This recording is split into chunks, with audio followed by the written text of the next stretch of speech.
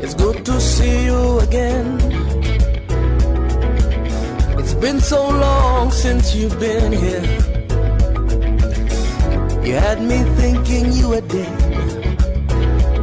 Viewer, this morning, today happens to be Tuesday, the 7th day in the month of May, the year 2024. It promises to be a wonderful year already. This is the second quarter in the year 2024. Iji Adamu is my name, and this is Unity Train on Unity 93.3 FM, Unity TV from the hills of ZINARIYA in Jos North Plateau State, Nigeria. I'm so happy to be here. This is because I know that you are tuned to this very dial and are ready to be a part of the program. We have 3 segments to this entire program. From now, we will never stop until it is 9:30 a.m. Okay, the first 30 minutes is review. We get to look at issues as they trend on our national dailies. And then the second 30 minutes from 8:30 to 9 is going to be transit. And we have our guest ready for the topic when the time comes. And the last 30 minutes is where you get to join the conversations. And so we are streaming live at Unity Radio FM/TV Jos. You can join us already. Begin to throw your comments. In due time, I'll read them up. Thank you so much for always being there. Don't forget, you can call me Kubi if you like, and that'll be just fine. In the studio this morning, I have someone who is very, very unbiased in his political analysis. And so he is in the studio. I'm talking about just best legal practitioner, Barrister Paul Saruma. He's coming your way with a very big good morning. Stay tuned. Good morning, sir. Good morning, listeners. Good afternoon. Good evening, depending on where you are receiving us from. This is another beautiful morning. Mr. Kulbi, good morning. Good morning, Barrister. Let me to the part of Prof. Prof will say, have you eaten?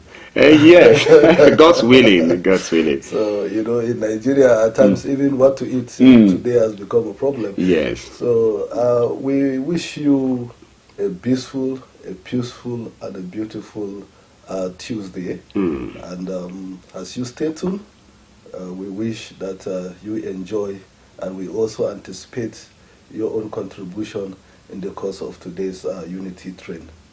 Of course, we look forward to having you join the conversations. One of it is that you stay tuned and you follow up what we are discussing, because that too will inform your own angle of thoughts. Later on, you get to join. Before we set the ball rolling in terms of what issues we have for this segment, it's good that we talk about the need for you to stay away from stigmatizing people living with disability.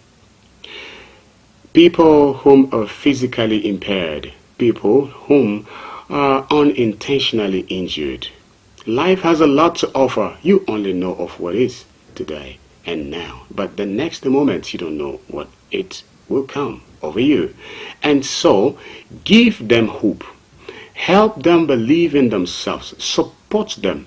Let's be able to chart their course, okay, to ensure disability inclusion. That's what we stand for on this platform this morning. Once again, good morning and thank you for joining us. Let's begin to look at issues. Barrister will just start right away, but you know, we're expecting the coming in of Professor Proveno Hetsibamayi. Anytime soon, he's going to join us in the studio. Yes. So, but I think let's just start at home. The metro buses. God's willing today, it will officially, you know, be unveiled for use of Plateau people. Even if you are not a Plateau person, once you are here, you would also have the opportunity to be a part, to enjoy it and benefit from it. Barrister. It is a cheering news for Plateau people. You know, for some of us that travels a lot, you know, if you go to parks like the government park in Gombe, you see the fleet of buses, you will see people bustling and hustling in government parks, more than private parks. You know, when I return back home to Plateau State, you know, you will see Plateau riders is moribund, Hitato moribund. But we appreciate this angle of the government of Barrister Caleb Manasseh Mutfang for rejuvenating Plateau riders. You can see just last week, shuttle buses from Jos to Abuja were launched, well AC'd, well air conditioned. And then if you see in the launching, you know, some of us felt like 9,000 would be too high for an average Plateau citizen for transportation to Abuja. Yes. But in their own wisdom, they have also made provision for buses that will convey people at 5,000. Right. So, you know, people will have a variety of choice, which make it a wonderful landmark achievement. Yes, it is. And then life is gradually returning to Plateau State. Another development to that effect is that citizens must not go to Plateau Riders to book. You can just download the Plateau Riders app and then you book directly from your phone. So this is another development that is not hitherto in those places I mentioned. Yes. Yeah, so we are coming from behind and we are overtaking them. So and then again, Plateau Riders should be refurbished. I listened to the speech of the chairman. The chairman of Plateau Riders is doing, or otherwise known as Plateau Transport Company, should do more. Because you know, the Togri should be out of that park. There should be professionalism. You know, recently I sent in some parcel to Delta State for delivery. I paid for that delivery, not in Plateau Riders. I'm just giving an instance. Now, the goods were not delivered within time, and they kept on telling me, please be patient. Something happened in the next 2 weeks. Your good will be delivered. And my client over there in Delta State, at a point in time, felt that the problem is from me. I had to scan all the documents and the payment I made for the for sending those items. And then at the end of the day, my client was able to confirm that yes, I actually did send those items within the time frame as agreed. And you know, when at long run, they told me that the items got missing. So we had to, I sent a demand notice to them, and then the company compensated me for those items that got missing. Yes. In fact, and the compensation was like 5 times the value of the items. And what am I trying to say? Maybe perhaps I'm a lawyer, I enjoy that privilege. How about ordinary citizens? So the motor park touts that are known as agberos, we shouldn't be seen in Plateau Riders. Yeah, we should have a culture, we should have in Plateau Riders, there should be professionalism. When I was doing my NYSC in Delta State, there is this company, Bob Izwa. They operate like an airport. You know, you're not seen around without officially being employed. They have their uniform, they wear their necktie, and then they dress decently, white shirts, and then you know, you hardly hear of funny things happening. I don't know if Bob Izwa still maintains that standard. And most transport companies, Barrister, yes, you find boys around who, of course, to some great extent, they also help and assist passengers with loads and all that. But then they are very informal in terms of their employment. They are still there. So if you end up in their net, yes, you cannot reclaim whatever, you know, that is yours that seems to have been missing. Like for instance, if you travel to Onitsha and you arrive at the park in the night, it is those motor park boys that will take undue advantage of you. They will snatch your phone. So we are not saying that, yeah, some of these people, they need to eat. They need to work, but this thing should be organized. Yes. We are talking about organization, and I can see, like in Jos we have God is Good. I don't know if they still operate. That's where I normally, you know, the park is organized, very professional. You know, the people that are loading your we have quite a lot of them. Yes. So you can see. People can let's develop, let's move, let's make progress, let's advance. We shouldn't be static, we shouldn't be retrogressing. Let's progress. So these are some of the things. With Plateau Riders is actually back to her feet, and we expect much more from them. We expect. And a speech from the chairman. And coincidentally, my principal who taught me this work, Barrister Vincent Gentle is the Secretary of Plateau Riders. I know his onions. He's a fantastic person. So I believe that a combination of the chairman and the secretary and other members of will give us good results. Will give us better and good results. All right, and away from this, let's again still on the plateau, where we actually would have begun today's edition. That the governor, we congratulate him, having been awarded. He has received his award. Governor Mutfwang receives Independent Newspaper's Best Governor of the Year Award. Congratulations, Your Excellency, the Executive Governor of Plateau State, Barrister Caleb Menasse Mutfwang. We celebrate you. Of course, yes, we are witnesses of the great things that are happening in the city of Jos, and of course, some villages as well, in terms of rebuilding, resettlement of internally displaced persons in Plateau, and road constructions and whatever you call it. All of these things we have, witnessed, and so we support the idea that you have been awarded as the best governor of the year. It's a meritorious award, and as you can see, Independent News is a reputable newspaper, and it's not one of those cut and join awardees. This is a reliable and reputable award. It goes a long way to confirm some of the things we are saying concerning the executive governor of Plateau State.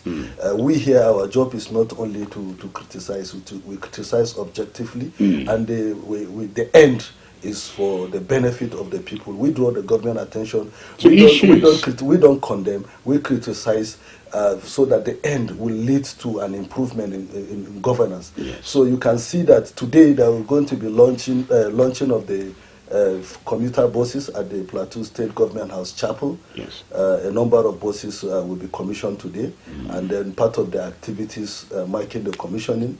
The commissioning proper will commence. Guests will be seated by 10 o'clock, and thereafter, in the afternoon, what really captivated me is the fact that he said the buses will be faring people free today. So those people who are stranded in town, just wait for just keep the being buses. there. Later on, they will come and take you to wherever you are going to. Particularly now that the fuel price has made transportation to be very expensive within town. So this is a laudable development. We appreciate the governor of Plateau State, and we are calling them to do more. And tomorrow, if we are criticizing them on other areas, they should know that we love them. We love Plateau State. We are criticizing not because we want to condemn, but we are criticizing to draw their attention for improvement. All right, thank you, Barrister. Before you get to talk about electricity regulatory body, haven't listened to the cry of Nigerians, I would love to let our listener and viewer that we have received the safe arrival of Professor Pavena Hegsibami. He's in the studio and he's seated to my left. He's coming your way in a moment with a big good morning. Prof? Yeah, good morning, Kubi and Barrister. Good morning, viewers and listeners. Around the world, good morning, good afternoon, and good evening. I had a fantastic drive from the university permanent site up to Refuge for an emergency and return within an hour. Why? Because the roads are better now. Terminus has been cleared. You can move at some wonderful speed, especially in the morning hours, maybe before the boys start misbehaving. So now you can go all the way up to Refuge and come back within an hour from Naraguta area, where the permanent side of the university is, up to Refuge, PRTV runabout, and back within 1 hour. At least if what you're going to do there will take 5 minutes, you can come back. And I think another kudos to the governor of Plateau State. We celebrate him for the award that he has received. It looks as if it's the season of Plateau. A few weeks ago, it was Christopher Wallat, the TIC chairman of Pampan, local government area, that received an award among more than 700 local government chairmen, across the country. So we celebrate the governor, His Excellency Caleb Menasse Mutfwang, and we also celebrate Christopher Wallat of Pampan, and we celebrate the good people of Plateau, and we celebrate the fact that today the metro buses will be rolling out to hit the roads, and Kulbi can go and take a ride, as a journalist, and cover the, the launch of these buses. Yes. I think it's a milestone for Plateau State. Yes, meanwhile, we're even waiting for the motor train, that will also soon come on board. So I think it's a wonderful thing. It's a wonderful, glorious season of celebration for Plateau State. And but viewers and listeners, you can see that the governor is achieving some of his targets and some of his goals for 2024. What about you? How far so far have you gone about those goals, those dreams, those visions for 2024? Remember, they must be smart, specific, measurable, achievable, relevant, and time-bound for you to be able to achieve them. And remember, for you to succeed, you must be a man and a woman of vision, a man and a woman of passion, a man and a woman of action. If you don't put in action to your intentions, they will just remain an intention, just a mirage, as it were. So, go out there, pursue those goals, those objectives. The governor is rolling out metro buses. He has commissioned projects. He has received an award all the way from Lagos independent newspapers as the best performing governor, of the year award. Compound local government TIC chairman has received an award. What about you? When will you receive your own award? Might not be in public, but the fact that you're able to achieve your objectives, your goals for the year, you can celebrate yourself. Don't be deterred by the challenges, the obstacles that are on the way. Don't be deterred or disturbed or stopped by the resistance you meet. Persistence will break every resistance, and before you know it, you will achieve your goals. And while you're at it, remember to be the change that you want to see in the world. Yes, at the point where you celebrate people who receive award, you also don't forget, on this platform we encourage those who would always stand by those who receive award in the end. Talking about the 19-year-old Alicia, okay, she didn't do that all alone. So for the governor, we are also saying congratulations to his wonderful team, who of course took their stand, and that is why today it's been recorded that the governor has done well. It is because those people around him are also living up to that. Thank you so much. And now, electricity tariff. Yeah, this is an item that we have been following. You remember, we are part of the Nigerians that emphasized and cried out when the electricity tariff in Nigeria was hiked, particularly for those that are in Band A. The government listened to the cries of Nigeria and cut down the price from 225 to 206.8. And then, just like Oliver Twist, NLC, Trade Union, TIC, and other government bodies are saying, no, we are not accepting this cut in price. We are pushing for a total reversal. And I think I lend my voice to them at this point, particularly that Nigerians are facing a lot of hardship. Total reversal will be the best. Even though the Minister of Power is saying that if the government embarked on total reversal, that in the next 6 months there will be a total blackout in Nigeria. That total reversal will lead to total blackout. But so we've been having total blackouts. The national grid has collapsed several times. This year alone, 6 times. So I think that Band A, B, C, D is discriminatory, is segregative, is counterproductive. At the end of the day, it will achieve nothing. So why don't you place everybody equal before the Constitution, the law of Nigeria? We are all equal. Why do you want some people to pay more than others? If there should be people who should pay more, Asorok should pay more. The government houses should pay more. The politicians should pay more. But not the industries that employ people and produce goods and services. At the end of the day, when they are paying those increased high tariffs, it is the masses that will suffer at the end of the day. You don't expect that I'll produce bread with that Band A and I'll sell it to you At the same 500 naira I was selling before, I will make it 800 or 1,000. And you don't expect that I'm producing biscuit, that I will not increase the price when the price of electricity has increased. I'm going to recover my cost and then make some profit. And then who consumes the bread? It is the common man. Who consumes the biscuit? Who takes, who consumes the services, the goods, you know? Who are the beneficiaries? It's the common man on the street. The politicians, they don't care if you hike it. They are not the ones that even pay after all. It is paid from taxpayers, you know, money. So it is, well, they have tried a bit that they are, you know, reducing the tariff, but please, they should return it back to where it was before. And that is our call. You know, that is our appeal. Because what they're doing is counterproductive. Already the cost of goods and services has increased. Nigerians are paying for it. Those in Aso Rock and government houses, they're enjoying. They don't care about these things because they're not using their own money to pay for anything. Even the school fees of their children is paid by us taxpayers, Nigerians. So we are the ones that are at the receiving end. Please, always pass the electricity tariffs. But these are companies also, and they are existing in Nigeria. If we say total reversal, how then will they cope with other things? They too would need to step up their game in order to be able to, they are there for profits. So, Prof, how do you go about this? No, if they reverse, we are asking that they reverse back the tariffs to what it was before. And when they do that, there are better ways to improve electricity supply. And there are even many alternatives. In fact, some people are beginning to move to other alternatives. If I'm paying 225, 226, you know, per kilowatts hour, you know, it is, I mean, it is not sustainable.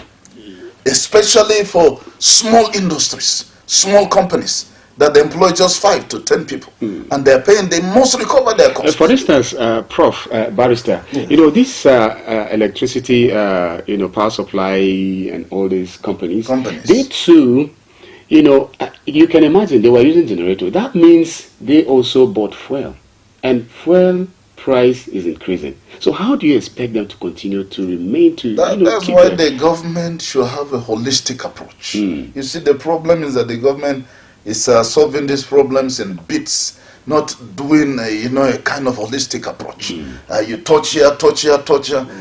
All this fuel subsidy issue should be handled. Handle electricity tariffs. Handle all these matters. You know, you see, the discourse mismanaged electricity supply in this country. That's why we landed in this problem. And nobody is trying to find out why. How did we find ourselves in this problem? It is just to hike the tariffs. Let them tell us what happened. What happened to the billions of dollars that were spent? What happened to all the money pumped in to revitalize, you know, electricity supply in the country? They have not told us. Is it the fault of Nigerians that the discourse are not doing what they're supposed to do? Why are you increasing the tariffs?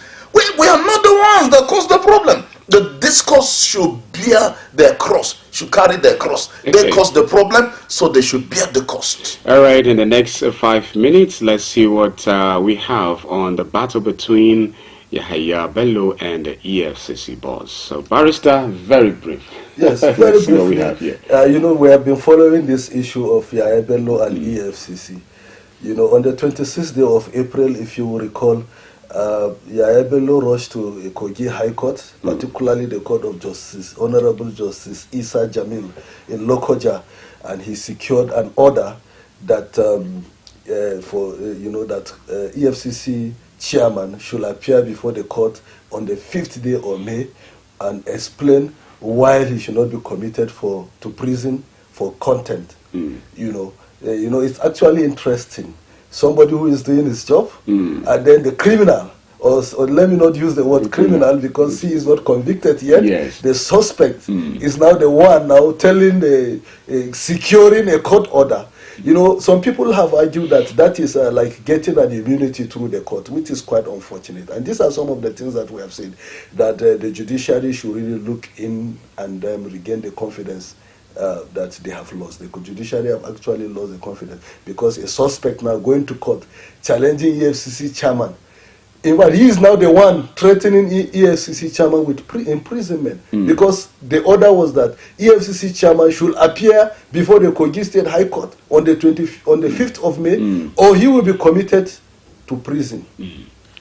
sorry, and to explain why he shouldn't be committed to prison. Now, prior to that order, he has already obtained from 48 and 49 for contempt proceeding. Now, after that, the EFCC, through their counsel, Jibrin Olupeta's son, he rushed to Court of Appeal, and then fortunately, they obtained an order of stay of that proceeding and that contempt proceeding. So, apart from obtaining the order of stay, the Courts of Appeal have also ordered that they should also serve Yahya Bello through substituted service, that at his house at number 9, somewhere around Wuse. Okay. Yes. So you can see the drama that is playing out. The battle has moved now from High Court to Court of Appeal, and we gave kudos to the justices of Court of Appeal, Honorable Justice Joseph Oke Oyewole, JSC, and Honorable Justice Okon Aban, and Honorable Justice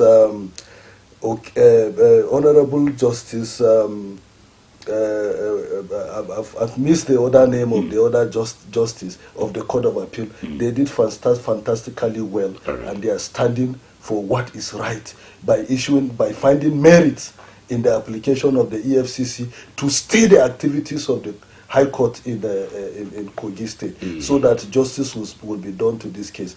And then they have also placed the appeal matter on expeditious, what lawyers will call, actually they have placed it in, they want it to be determined expeditiously, which is also good for the cause of justice. If not, before you know it, this application and counter application, and at the end of the day, Yahya Bello will escape justice, because justice delayed is justice denied. Yes, Plateau government partners Japan to establish a hybrid fusion fuel plant. But then, it's just a minute. Prof, I really don't know if that's another celebration for Plateau State, Professor Nanju Gosele. We're celebrating for that initiative. That's the Commissioner for Science, Technology and Innovation, our colleague at University of Jos. And so we celebrate that innovation. It will help generate electricity for the state, for Plateau State, from a more environmentally friendly source, using what they call fusion and fission. It is they will use something like lithium or any other element, and the electricity supply in partnership with Japan, that has been in this for more than 50 years, will be very fantastic for Plateau State. But quickly, let's update viewers and listeners also, because last week we promised you that police inspector's name will be out that same day. That Ibrahim Shagari, that's his name, Inspector Ibrahim Shagari, the husband to Hawa, Shagari, a Dong area of Jos. His name is all over the place. The matter is even a national and international issue, because I've seen it on international news. So the inspector that cut off his wife's hand, his name is Ibrahim Shagari. Let's call his name so that he'll be ashamed of what he has done. He has already undergone a orderly room trial by the police, and then he will face a civil trial. And then we hope that others can learn from this, because this matter is not going to rest. We thank the Plateau State government that is taking care of our Shagari at the Plateau State Hospital, and all NGOs that are supporting her. So that Inspector Ibrahim Shagari did something shameful, and it's a disgrace to the police force. And one of the things that is making criminals of such acts to go away with it is, or some of these things, some people will begin to bring in morality and say it is an husband and wife thing, it should be settled out of all. People should face the music of what they are doing. Thank you very much, Barrister Paul Zaruma and Professor, for always being here. We really appreciate your sacrifice of voluntary services. Our listener and viewer, is 8:30 and it's time for our short break. We'll be coming back. Please stay tuned. Mr. Politician, it's good to see you again. It's been so long since you've been here. You had me thinking you were dead. How's your tax taxpayer mansion. How was your Unity. Unity TV.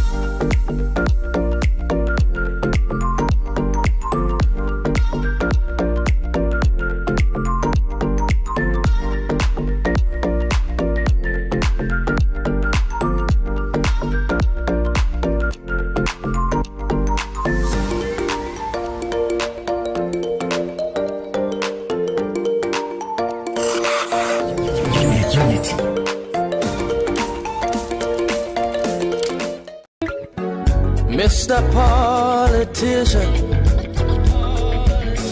It's good to see you again. It's been so long since you've been here. Thank you so much. Thank you so much for staying tuned with us on Unity 93.3 FM. This is Tuesday and it's the 7th day in the month of May. That's the 5th month in the year 2024. E.G. Adamu remains by name, your regular anchor on this wonderful program. And this is the second segment to it, and we call it Transit. We have a topic for discussion this morning, and before we discuss even what we have today, I have a guest in the studio. But even before that, I would love to say thank you for always staying tuned with us. You are the reason that we are here. And again, I want to say thank you to Professor Paveno Hetibamaye for his sacrifice to be in the studio all the time when we invite, and also Barrister Paul Zaruma. Out of their busy schedules, they find it worthy to be here just so to contribute to, governance and welfare of our listener and our viewer. Now, we'll be looking at the topic that has to do with you and my humble self, public policy and Nigeria's economy, future. That's what we have.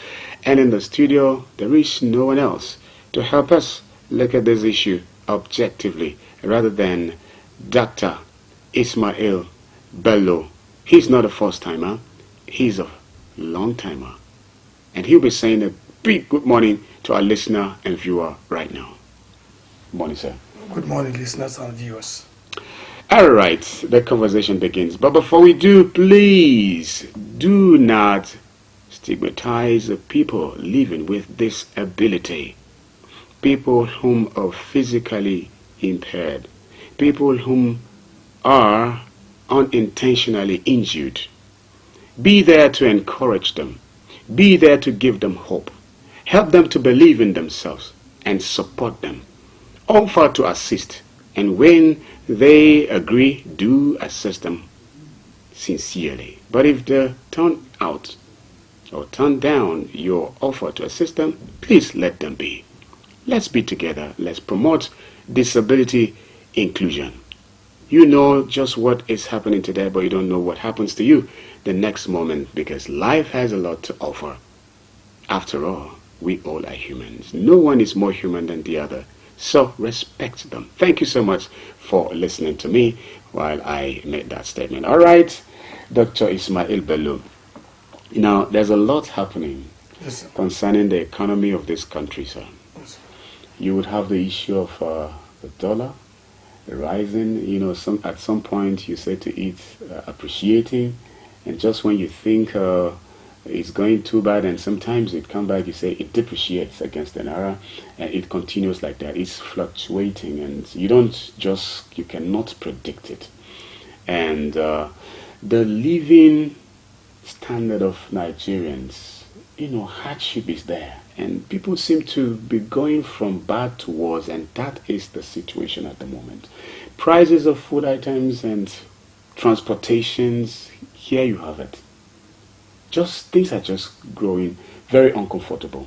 So now look at the economy. So what do we have looking at the topic today?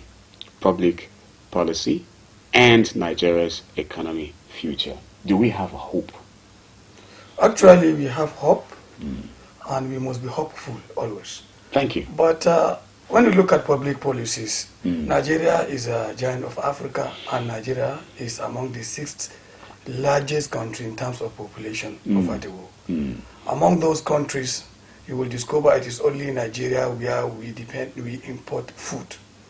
So if you look at public policy here, we want to see the set of ideas that have been used, that have been incorporated in making our policies or constituting laws, or in terms of our economic planning. Okay. You will discover we have a population of more than 220-something million. Yes, and population is a factor to consider when making policy. Factor, of course, because we are doing these policies for the people. For the people. To improve their standard of living. And these people, they are connected with the economy. If the economy is prosperous or it is growing sustainably, that is where these people will be free from poverty. You will discover that we don't know the purpose now of most of the public policy.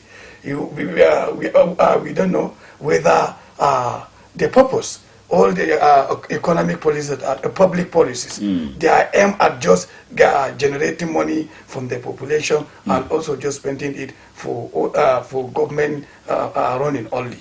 Because if you consider all other countries, the most populated countries of the world, their public policy is people-oriented policies. You will discover all the sectors, most important sectors, like security, like agriculture, like education, and even their manufacturing or industrial sectors, you will find they are functional. But our own policies, public policies, their purpose is just to generate money from the people and not even to help the people. That is why you can see, sometimes you can see the policies are somersaulting. You will discover that there is no continuation of government, federal and state government project implementation continuation. Each government, every new government comes with new ideas. There is no policy brief that guide their activities. So Nigeria's future actually depends on how well these public policies have been designed, and what is their purpose, and how will they be able to achieve their purposes. And in any public policy that forgets or that is not connected to the ordinary person. When I say ordinary person, I refer to someone who is poor, someone who cannot actually save for what he will eat for a year, someone who is like civil servant who depends on salary, and the bunch of the population are like that. So the government plan should be to improve their living conditions. But in Nigeria, we are just making public policies. We are considering the nominal or the monetary values of things rather than considering our population. Rather considering how do we produce.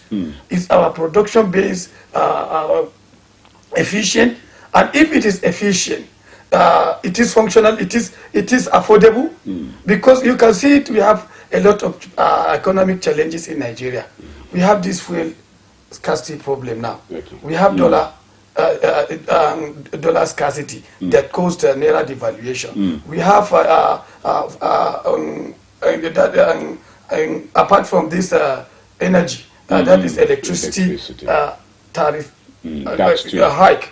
You will discover that all this cause is because of the poor management of the productive base. If we cannot produce, we remain on the same ground. We have not increased our agricultural produce. We have not increased our power generation. We have not increased anything. We just calculate. We just calculate on paper.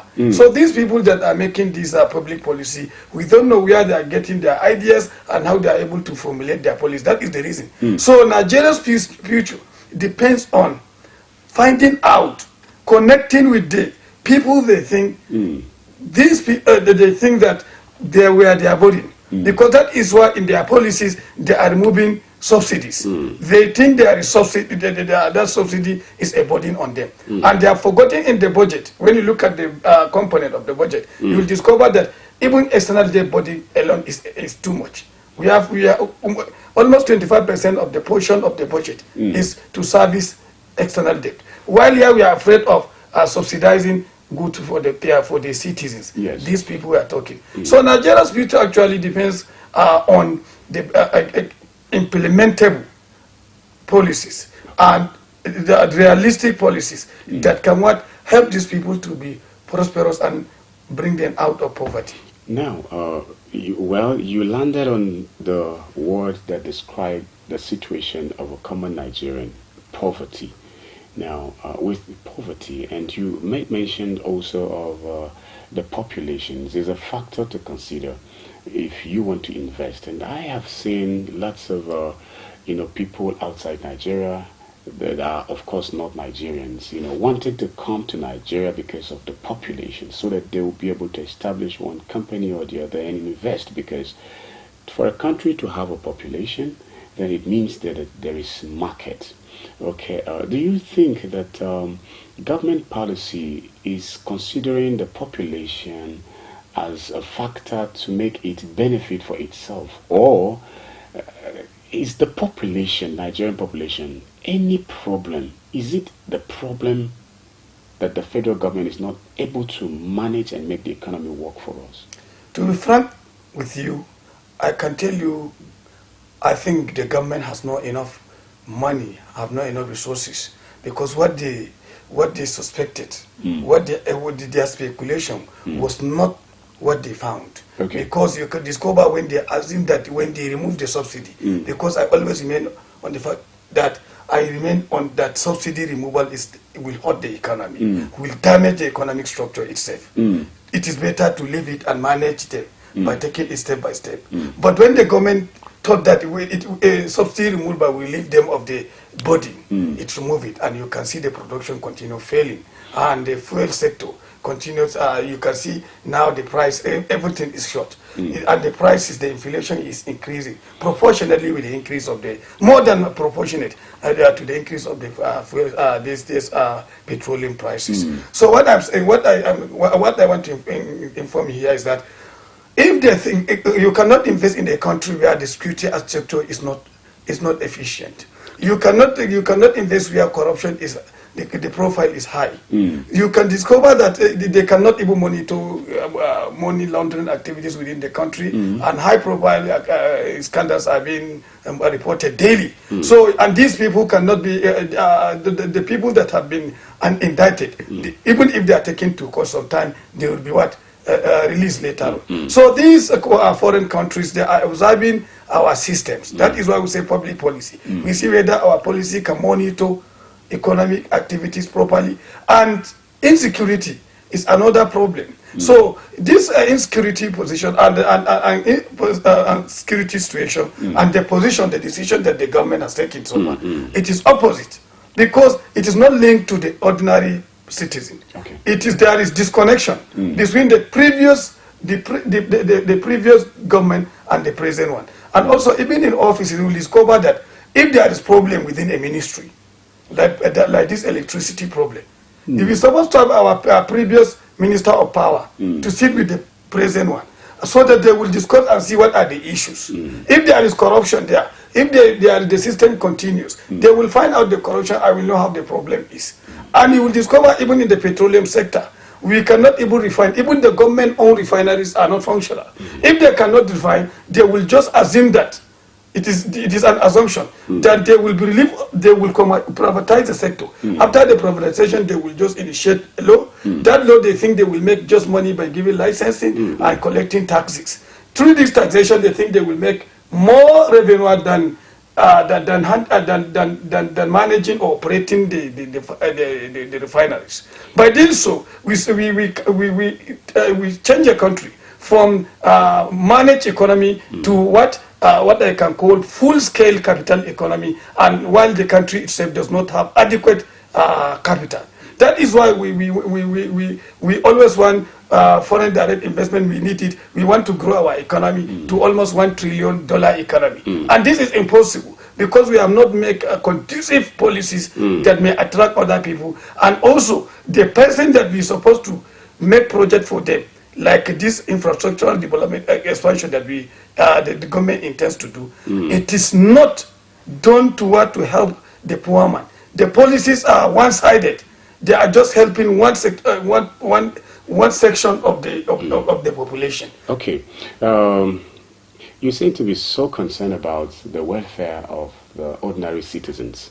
Now, again, you said, okay, looking at Nigeria doesn't have all that it takes to make things work at a time. Yes. And so, but of course, talking about foreign loan, Nigeria's foreign debt as at June 2023 was put at $43.2 billion, while domestic debt is put at 54.1 trillion, bringing public debt to 113.4 trillion. Now, sir, what is your opinion that the government should do to bring about relief from hardship to ordinary Nigerians, looking at in terms of policy formulation and implementation? Actually, the economy will function spontaneously if the government relaxes certain hard policies. These policies include the segregation processes. Okay.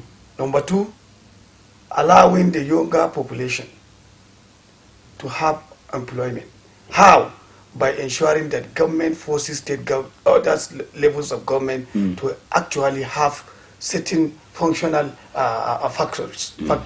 There will be no area the government will be free from all economic activities. They only manage them from their offices through ministries, finance, commerce, and trade, just to monitor them. Government is supposed to come back again and look at forward.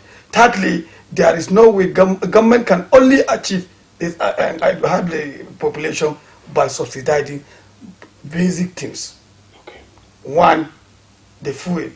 This petroleum is supposed to be, they have to put a halt to it by ensuring that they have paid a portion of it. Because if they allow this at the price of petroleum to continue, it will hurt the naira, because the economy is not sustainable. What I mean there, the unemployment is too high. So many people are dependent on their families. Secondly, the way government is costing things. What I mean by costing, you see the salary minimum wage. Okay. They say 30,000 or 60,000. The government imposed that a salary. It is the cost of the labor of the civil servant. So if there is no realistic costing, on the other hand, they pay less salary, and they are billing us. When you want to buy, you pay for electricity, you pay double amount. In 1 year, they increase it. And when you want to buy petrol, they have increased it from less than 200 naira to more than 600 naira. In school fees, even the university system that introducing student loan. So they are costing labor low. That means they are taking subsidized labor from the civil servant and other people. That is what it means. You can see how it appears now. Yes. So and they are selling their goods at a very exorbitant price. So they're supposed to make a policy that is acceptable. the logic will show you that there are dynamics of the market that will determine if this is the cost of producing these things. Government is supposed to increase their costing, to pay them more, to increase their wages, to increase. So you are saying if the prices of food food items rising, then the salary for people who are working should also be increased. Of course, if they cannot subsidize fertilizer, bring a program that will help agricultural production in the country, so they should allow food importation to relieve the economy from the burden of this scarcity. Secondly, if they want to help the population, because if there is no food, there is no progress in the economy. And if this food is scarce, it will be what? Very expensive. And it is food that we eat daily. Eat and transportation are basic things that we spend on them on daily basis. Unless you can see sickness, someone can spend 10 years without going to hospital. But food, every day you eat in the breakfast, 3 times in a day. If you have it, if you can afford it, if you cannot afford, but it is, you must spend for your family every day for food. That is the reason. If government cannot take care, if cannot take these people in heart, actually the policy will continue hurting the people, and also it will hurt the government, because if they think the removal of the subsidy will give them money, it will give them naira, they will get naira. Okay. But the production is what? Is private sector. The private sector produce the goods and commodities. These commodities, we look at the direction. Are we importing or exporting? We are importing more than what we export. Since even the crude oil we export, we can refine it here. And the hope they have made, even you can see, they can say it is Dangote refinery that will just come and supply this thing and this thing, which is a pure capitalist nature of business. So I don't think. I do not think that the government will just overnight change the economy from planned economy, the way it was, just to full-blown capital economics, where the population, the poverty rate, inflation rate, and then the unemployment rate, all of them they are high. Now, with the Dangote refineries, people thought when it's in food productions, things will actually change. But that is not what we are seeing now. So what do you think is the problem?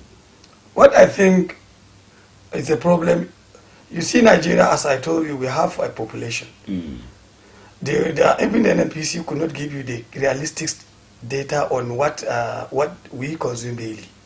So, since we don't know the exact quantity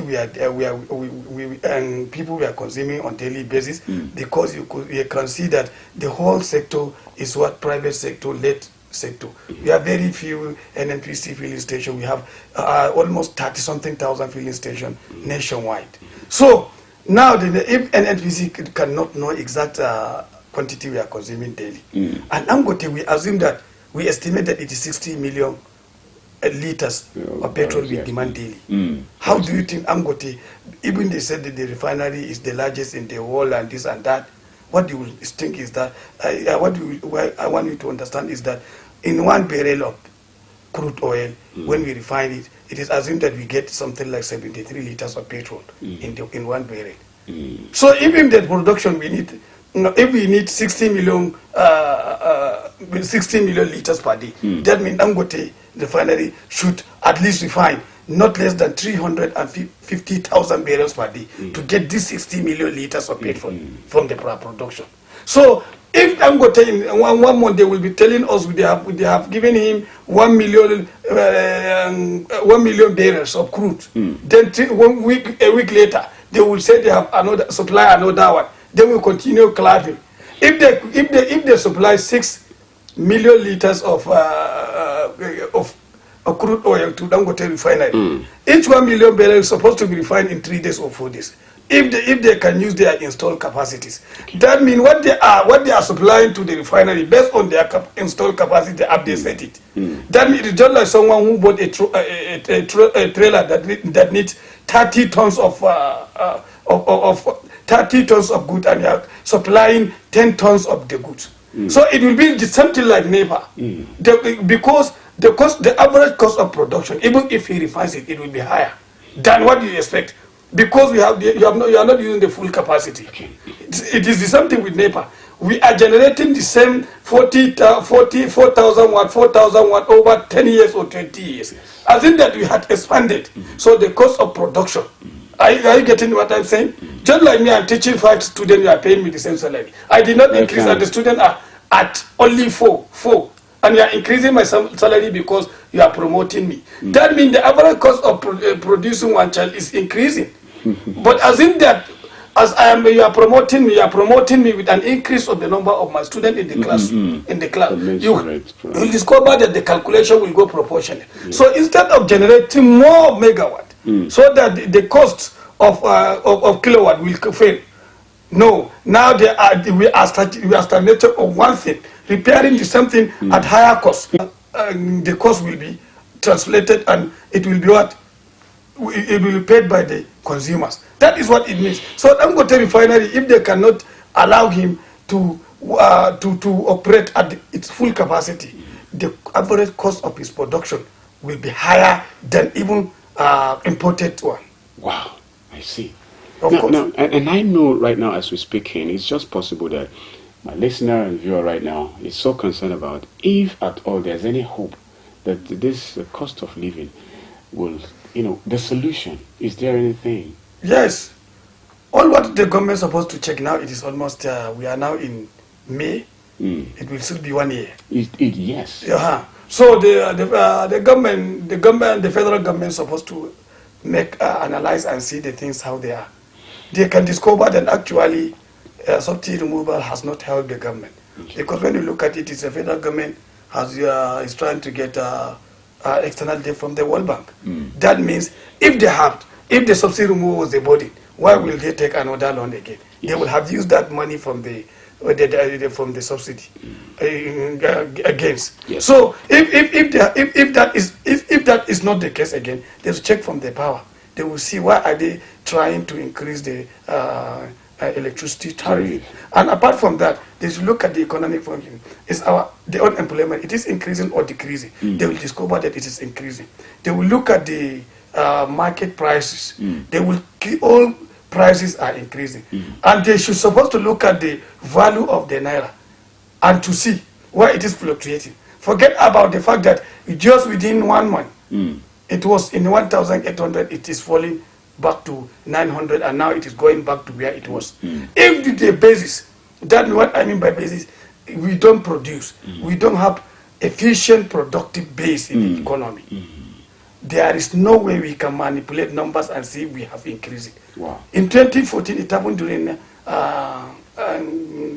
President Jonathan era. In one night, they just rebased the economy. They changed everything in number, and then they calculated it in with the inflation rate and changed everything.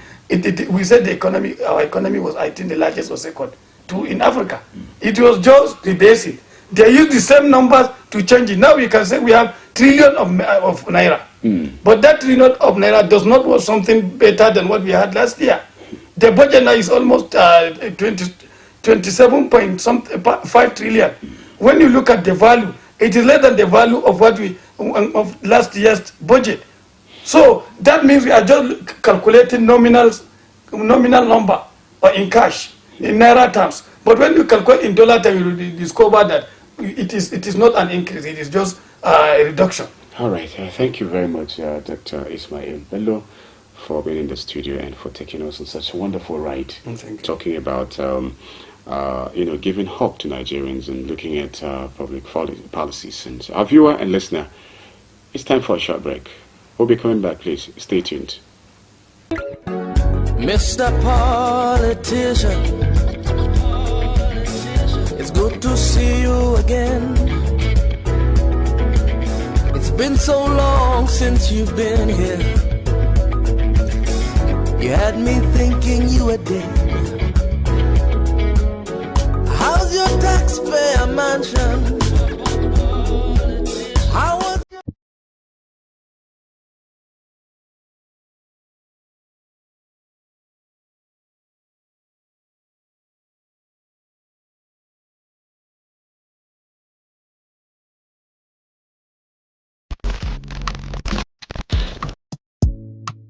Get ready to be entertained and inspired by the incredible stories around the globe. Don't miss out on the excitement. Hello at Work is an ultimate TV program that brings to you the interesting stories and daily happenings worldwide. Join us Mondays and Thursdays 10 a.m. as we dive into the daily happenings and stories. Tune in and stay. Say hello to the world as you bring in your ideas, as it is a perfect blend of entertainment and information. Get ready to stay up to date while being entertained.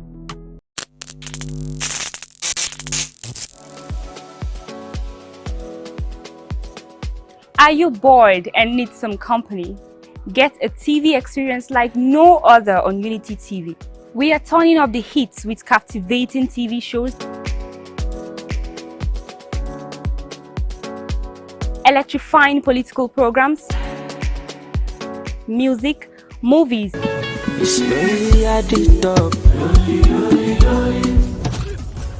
and lots more that will leave you craving. I'm sure you want to know more. Tune in to Unity TV today and let the excitement take over. The Financial Services Regulation Coordinating Committee, FSRCC, in collaboration with the National Broadcasting Commission, NBC, wishes to draw the attention of the public to the worrisome increase in the activities of illegal financial operators, IFOs, which threaten public trust and the stability of the Nigerian financial system. The FSRCC and NBC hereby advises the general public to refrain from dealing with unlicensed financial operators who deceive individuals with unrealistically high investment returns. Make sure to verify the licensing status of such companies and schemes on this website. To report any suspicions of illicit financial activities, call 0700 225 5226, 0800 225 5226, or +234 817 665 6273. Let's work together to uphold the integrity of Nigeria's financial system. Announcer, FSRCC. Mr. Politician.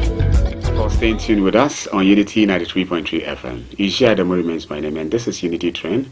It's coming your way. It has been on since 8 o'clock, and now it's about time for us to give you the lead. And so, a listener and viewer, you may want to be a part of the conversation right now. It's going to be for the next 30 minutes, and so we are streaming live on Facebook at Unity Radio FM/TV Jos. Connect with us, throw in your comments. I get to read them when the time comes. And now in the studio it has been Dr. Ismail Bello, and we have been discussing public policy and Nigeria's economy future. Do we have a future? Is it hopeful? Yes, of course, there is future, but is it hopeful? Is it one to be so optimistic about? And so that's what we've been looking at. Now, you may want to be a part of that. 070-3235-3315. If you call, just tell me your name and location. In 1 minute, let's have your submission. Again, before we do that, the studio line actually is booting. And again, a rainstorm yesterday caused havoc at Mayango Chiefdom, Mayango District, or at Basa local government. Island rooftops were blown off by the rainstorm, and so we it's quite unfortunate. We look into that and we find details to it, and we communicate to our listener and viewer the rate of havoc or destructions that the rainstorm caused yesterday at Mayango.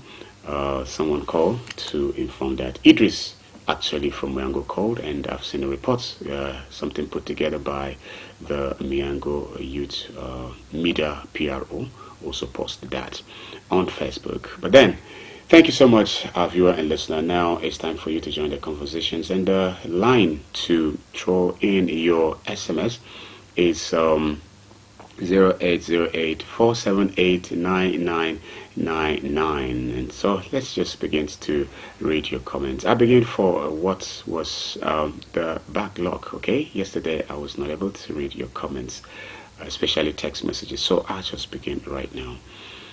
Good morning, Kubi and the guests in the studio. Kudos to them for their wonderful analysis. It's unfortunate that religion that is supposed to provide peace is replaced with hatred. People wrongly believe that they can't be at peace with God but do damage to other persons whose religion is not the same or as ours, and even killing in the name of God.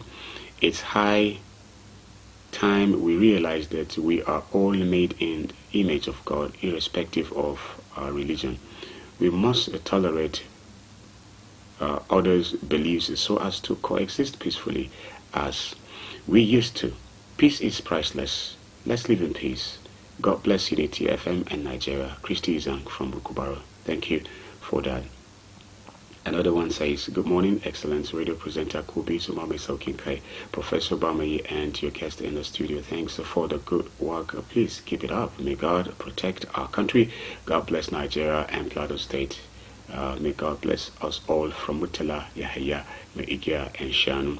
Another one here says, Bulus Esther Woman in Farangada, keep it up. Great work. Thank you so much.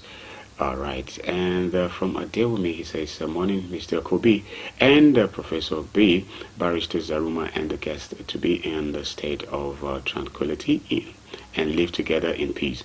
Then justice must always prevail, and there know how we peace will reign if we don't love and forgive one another. May there be peace in our land. Let's remember Plateau State is home of peace and tourism. Let's allow other states to learn from us. God bless Nigeria. Dewumi from Bauchi Ring Road. Thank you, Dewumi. Now, okay, then I think that's all we have for yesterday and for today. Already is coming in, and this one is from he says, good morning Kubi and your guest, Doctor by nature and Doctor by title. Really, you speak for the voiceless. We always appreciate you on the radio. Thank you at Ismail Isa Joseph. Thank you, Ismail Isa. The network is actually not really cooperating. 07032353315 is the studio line in case you want to be part of our conversation. Will there be an end to the rising cost of items? Hello. Hello, good morning. It's good to have you already. Thank you. I'm Musa Aike Kalu calling from Angorugu. Thank you so much, Musa Aike Kalu, for calling. See, Uncle B, the only way out is patriotism, both from the leaders and the followers, with passion. All right. We must desist from exporting richness and importing poverty. Wow. See the way the doctor has said it. You export crude oil and you import fish, refined crude oil. Tell me all our leaders, both from the federal executive system to the state, tell me single of them that are wearing made in Nigerian clothes. Tell me one single of them that are eating the same food that you are eating in Nigeria, made in Nigeria. Even toothpick we import from outside. So is that not a threat to us? All the old vehicles that we are riding, are they patronizing made in Nigeria's vehicle? So we must desist from this act. Even in terms of diversifying the agricultural issues, yes. It's an artificial diversification. You spend 10 trillion naira in Ankoburuwa that doesn't get to ordinary Nigeria. Yes. You choose who to assist and not to assist. Whether we like it or not, we will be ready to treat this issue of patriotism, both from the leaders and the followers. We must get back to the drawing board and do the needful so that we can move ahead. Thank you, my brother. Thank you so much, Musaiki Kadu, for calling. Now let's talk about the future of this great country, Nigeria. Is there any hope? Do you think the economy is one with which one can celebrate? Doctor, you're listening to our first caller. Actually, he agreed with you in terms of he even asked a question. Big politicians, big shots. Is any one of them wearing Nigerian made shoe? So they cannot. You can see now. That is what he said is the real thing. Though. That is what happening. what they think there is this connection between the environment in which they are making the laws and where they are. Yes. Yes. So, the cars, the what they are eating. Some of them they don't even take Nigerian water. So if we take it in that hello, I think we have they will see us we are accusing them. We have someone here. Hello. Hello. Good morning, sir. Good morning. Good morning. It's good to have you. Good morning. Thank you, Dr. Ismail. Yes. Good morning. My name is Nahudu calling from Terminal. Mr. Kingsley Barnabas, thank you for joining us. Yes, sir. It's the same government that's doing that. You see, what I want to say is, if government really want this country to go forward, they just call that the cost of it. Not making the poor masses to cry every day. My brothers, we come to my side, see our people are wiping away their side every day. But this never is creating of it. We are talking about fuel, we are talking about NEPA, we are talking about everything in Nigeria the poor man cannot. Now, if government really want this country to go forward, how can you, a 20-feet container, you clear it to 9.5 million? A 40-feet container, you clear it to 18 million. Well, which country have that kind of thing done? When I went to Togo, I know how much they are clearing containers there. How can government cannot cut down the clearing of container in bigger islands? When you go to work, not even to clear the container, when you clear the container from work, you have to be giving bribe every session to make sure that your container is out from the work. You understand? That means will not be confirmed in Nigeria. So if they cut down the 20 feet, if the rate of 2.2 million or 2.5, then 40 feet it should be 4 million naira. You see that the things will be come down. I don't know which kind of government we have. Allow the poor to breathe. We are not begging them to step down so that I will clamp. I cannot do that. Yes. I demand it. Let there be a good road. Let there be a good hospital. Let there be security. Let there be a good school. Let there be right. All right. This is what I demanding from government. Thank you. Thank you, and God bless you. Bless our country, Nigeria. Thank you bless so much. Amen. Thank you so much for always, joining us to also say one or two things. It's really helping because if you don't say when you see, then you are contributing to what happens that is not good. Hello, good morning. Hello, good morning. Thank you for joining us. Yeah, thank you very much. My name is Sadiq Umar. I'm calling from TUNTBE. Sadiq Umar, thank you for calling. I want to comment the place in the house because it's very, very well. All right. You see, what is happening in Nigeria is very, very unfortunate. It's lack of good leaders. You know that Nigeria cannot think. If you can remember during Kayatarwa, thanks to leadership was magic. Most of the problems have solved within a period of time. This is the problem is start.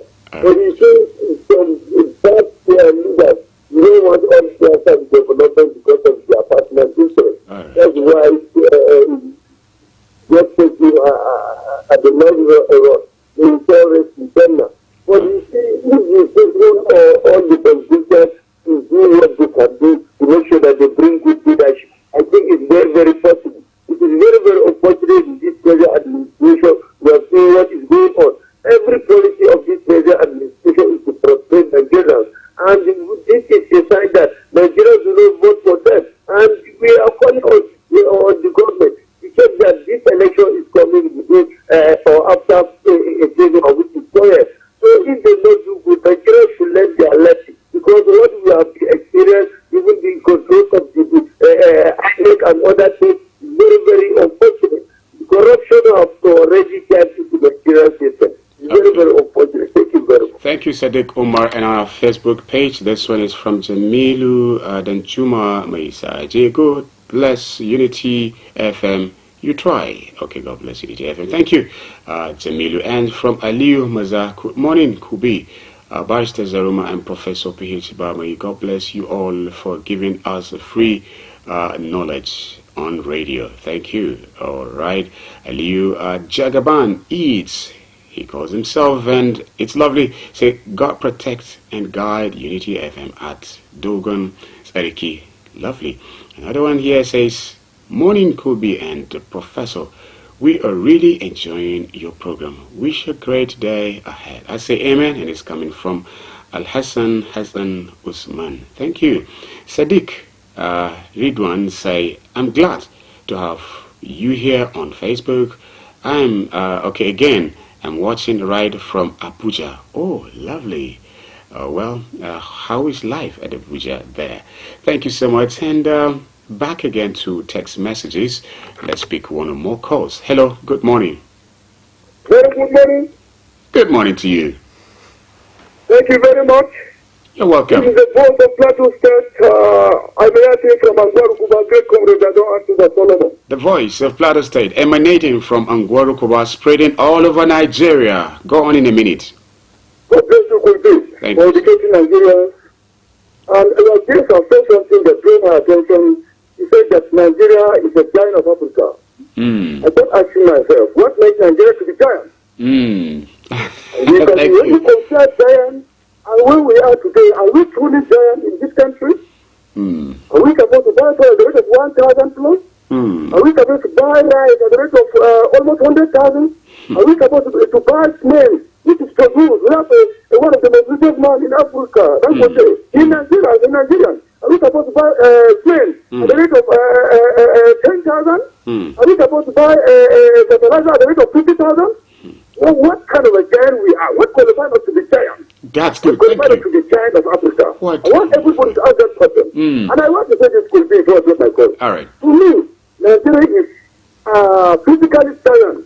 Physically giant, but intellectually dull. Thank you very much. Okay, well, that's what you think, and thank you so much for that. Esther Bullis, Bullis, Esther Ohoman and Faringada, good morning, Kubi, and the professor in the studio, and Barrister, keep it up. God bless. Okay, good work out there.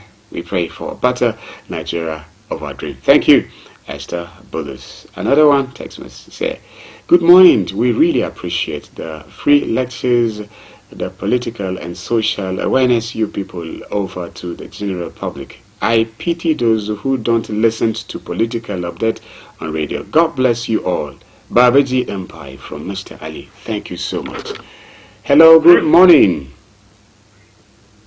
Hello. All right, 0703235215 is about time, all the same.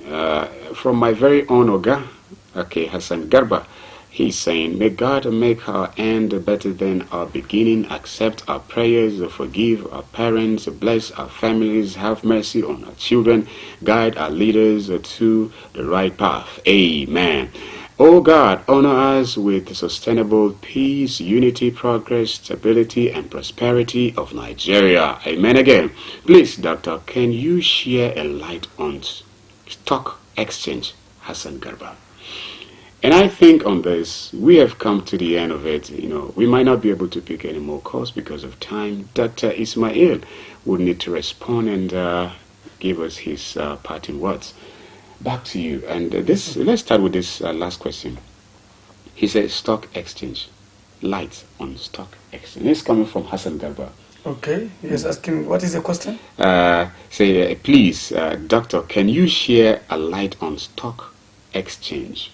Okay, as you know, I don't know, because the question is too brief. He has not asked exactly what he wants to understand, whether it is the meaning or whatever. But I think what we can relate to stock exchange in our discussion, I think because we have mentioned that we want our economy to grow to $1 trillion.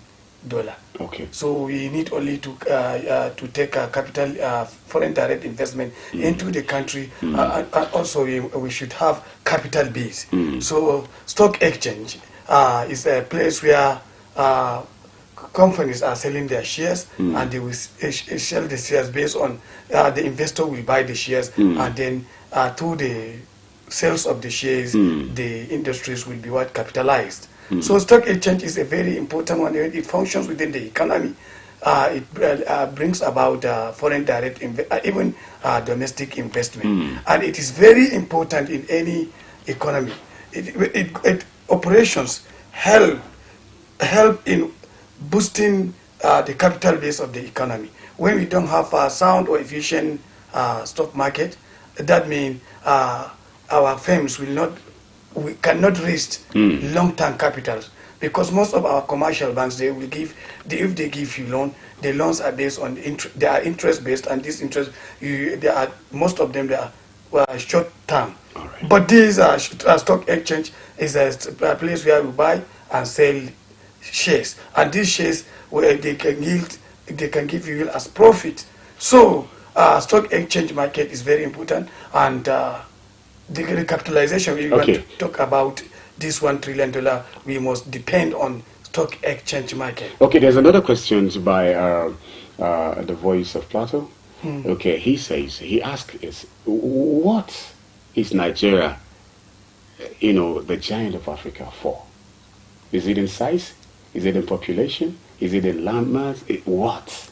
What happened is that because we are there is no coordination. Okay. Nigeria is actually the giant of Africa when you look at the size of the population, the size of our demand, the size of our product. Yes, the size of even our clothing. I think it is the second or the third caller who mentioned about import. Import, yes. Yeah, the cost of the cost of bringing in a container into the country. It's only Nigeria where we wait and buy rice from other countries, and it is because we consume more. We have a large population. When you look at Nigeria's population, it's almost more than 12 countries that are surrounding us. Niger, Mali, Benin, Sierra Leone. If you add their population together, that's what Nigeria is. Yes, that is what Nigeria is. It's almost more than 12 countries that are members of the economic community. Is this the reason that we have it too hard to developments and good governance and things not really working? Is it because of our populations? No, it is just because we don't have good policies. But yes, too much population does not mean poverty. Okay. If poverty, too much population brings about poverty, the U.S. has a population higher than Nigeria's population. And you can see India and China, they are exporting food to other countries. Despite their population. Despite their huge population. So population does not matter.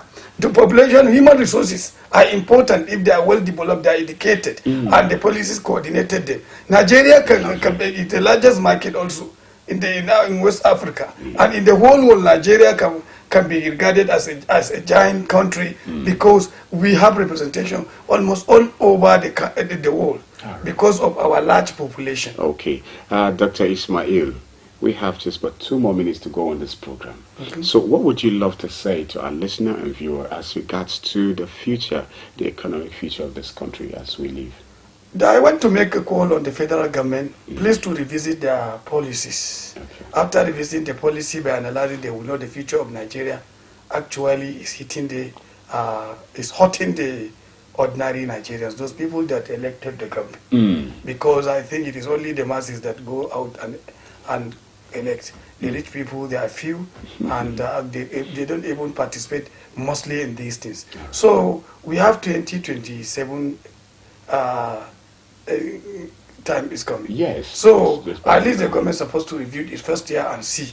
And they cannot achieve what they want to achieve in terms of economic prosperity unless they consider what these people are saying.